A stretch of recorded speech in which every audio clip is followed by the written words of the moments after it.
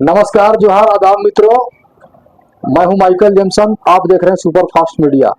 आज मैं मौजूद हूं सुजान शेख के द्वारा अरबी भाषा को बढ़ावा देने हेतु जो आंदोलन स्टार्ट किया गया है, उसी के संदर्भ में जो है आज डॉक्टर इश्तियाक रजा के क्लिनिक पर एक प्रेस वार्ता आयोजित किया गया है और इसी में समाज के प्रबुद्ध जनों की उपस्थिति है और जिसमें शिक्षक, विद्वान, समाजसेवी, चिकित्सक तमाम लोग हैं।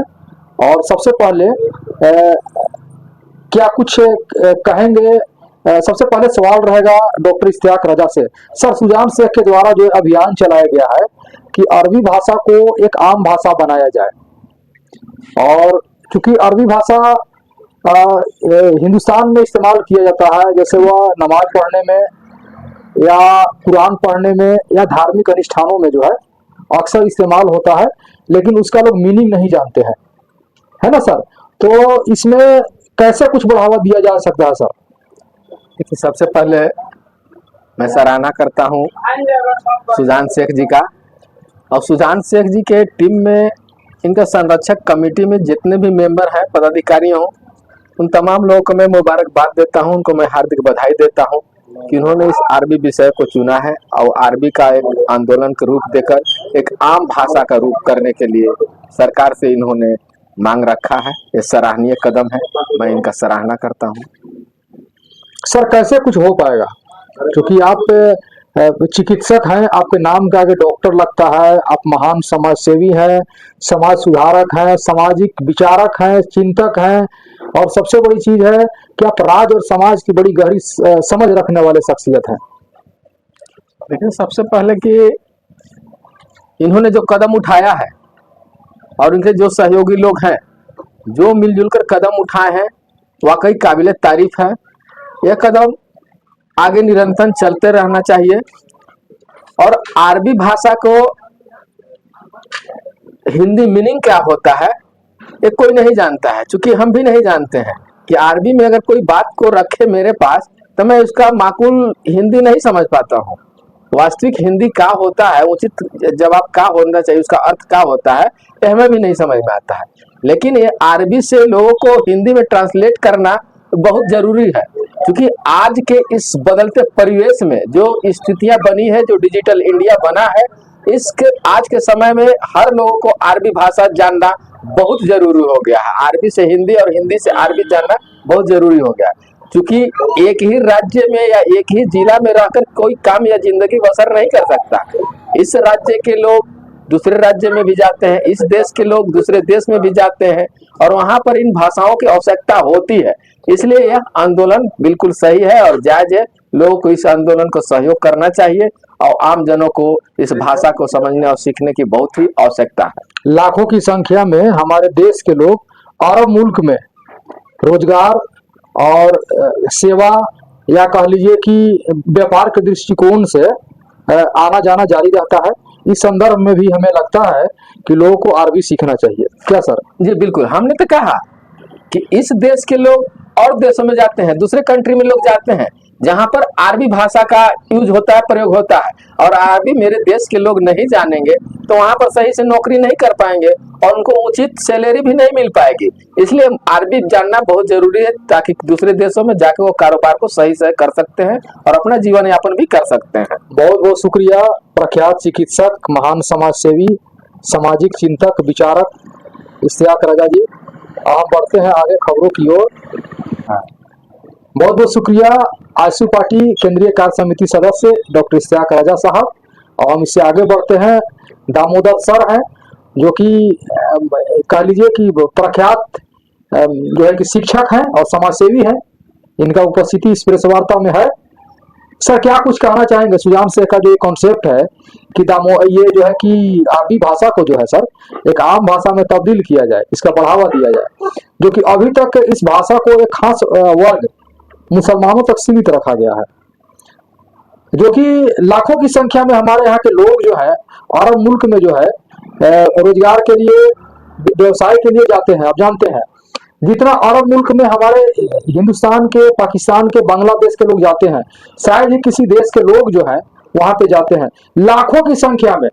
मतलब ये कह लीजिए कि जितना उस देश का आबादी नहीं है, लगभग उतना ही या उसका हिस्सा के बराबर हमारा इंडिया के लोग अरब मुल्क में, जैसे कि Arab, Iraq, Iran, Dubai, Bahrain, Qatar जैसे मुल्क में लोग जो है, उस देश का जितना आबादी है उतना ही की संख्या में हमारे देश के लोग वहां पर बसते हैं।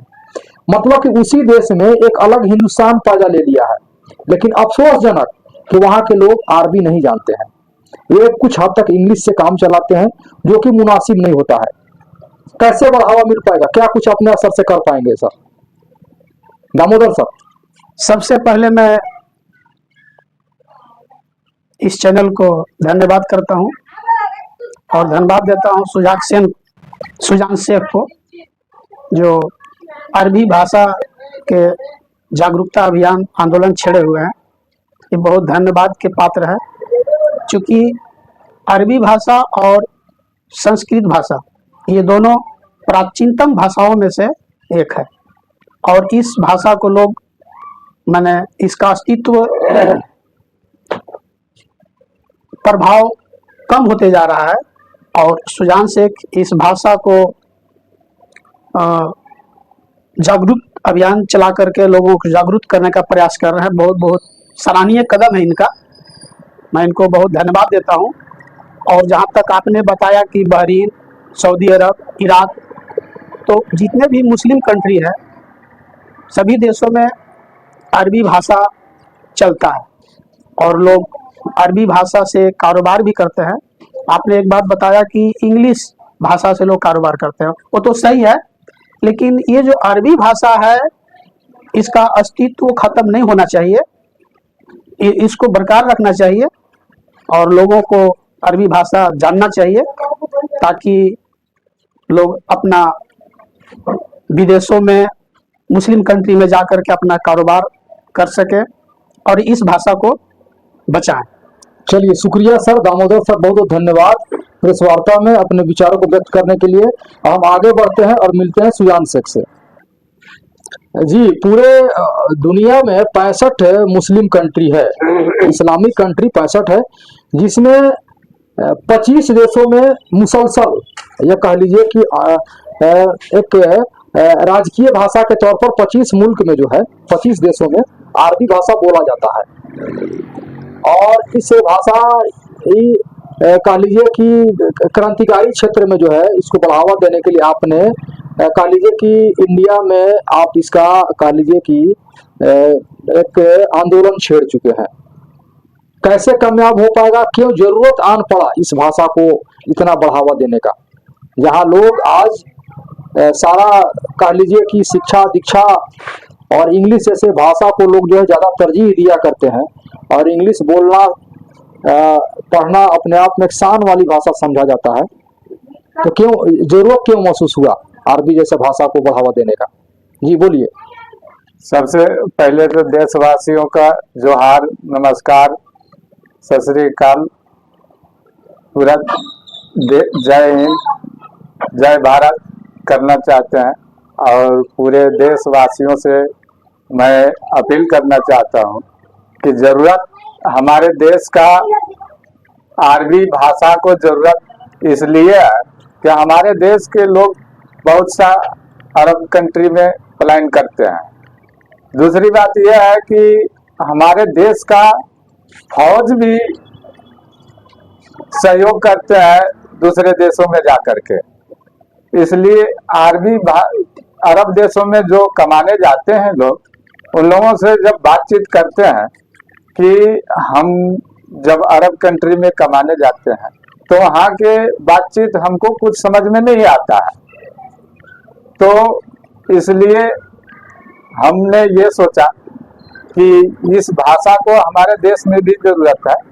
और हमारे देश में सबसे पहली बात तो ये अंग्रेजी से भी पहले से पढ़ा जाता है, लेकिन उस भाषा को बोलना लोग नहीं जान पाते हैं।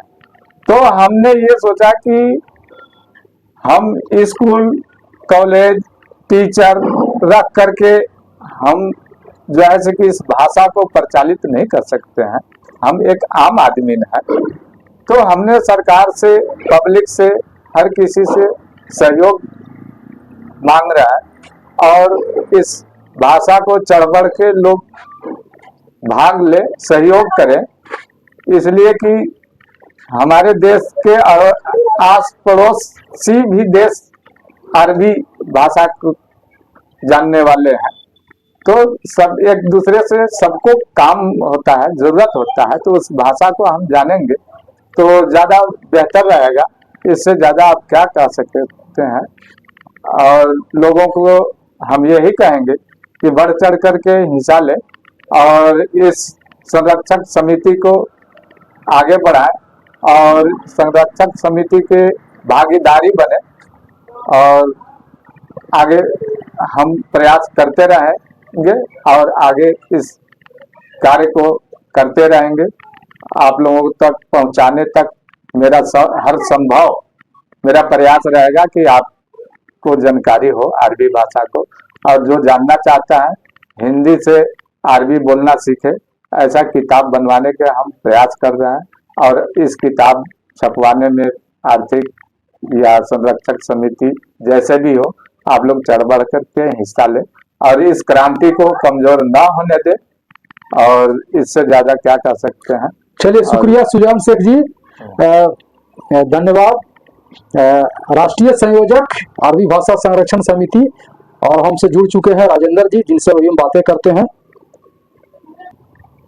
राजेंद्र जी जाने माने समाज सेवी हैं और इस संयोग से प्रेस वार्ता में हैं और राज्य और समाज की बहुत गहरी समझ रखने वाले इंसान हैं।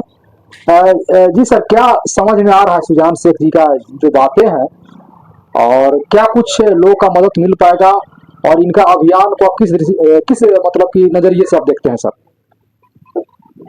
Rajendra ji. First of all, you should think about the condition of language.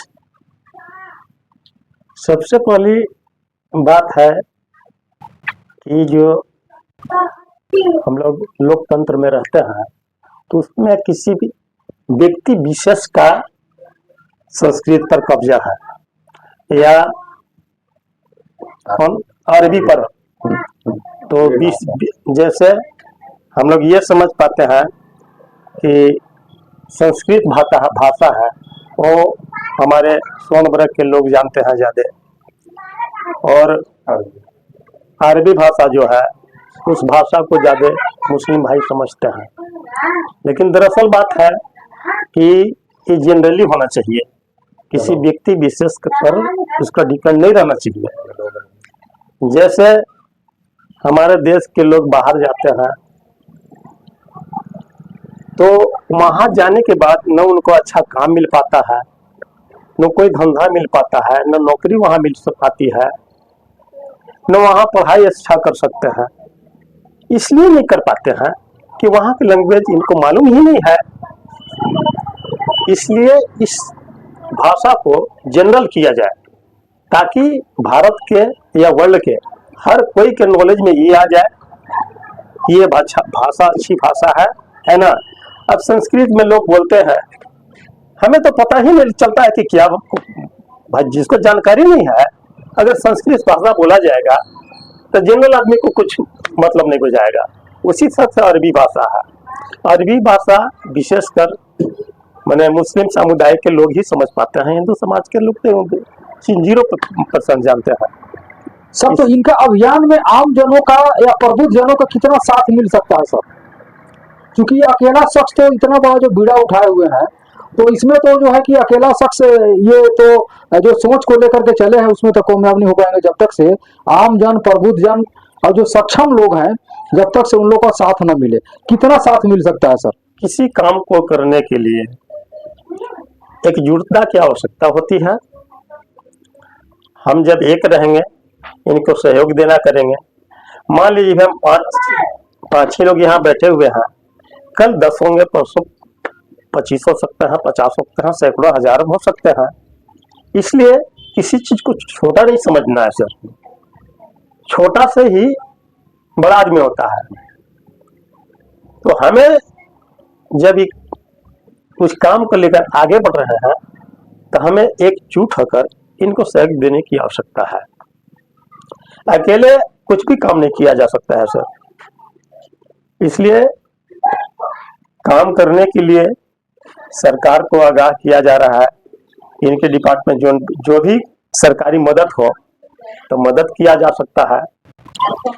किसी काम करने के लिए लगना पड़ता है सर, एक दिन में तो नहीं होने पाएगा।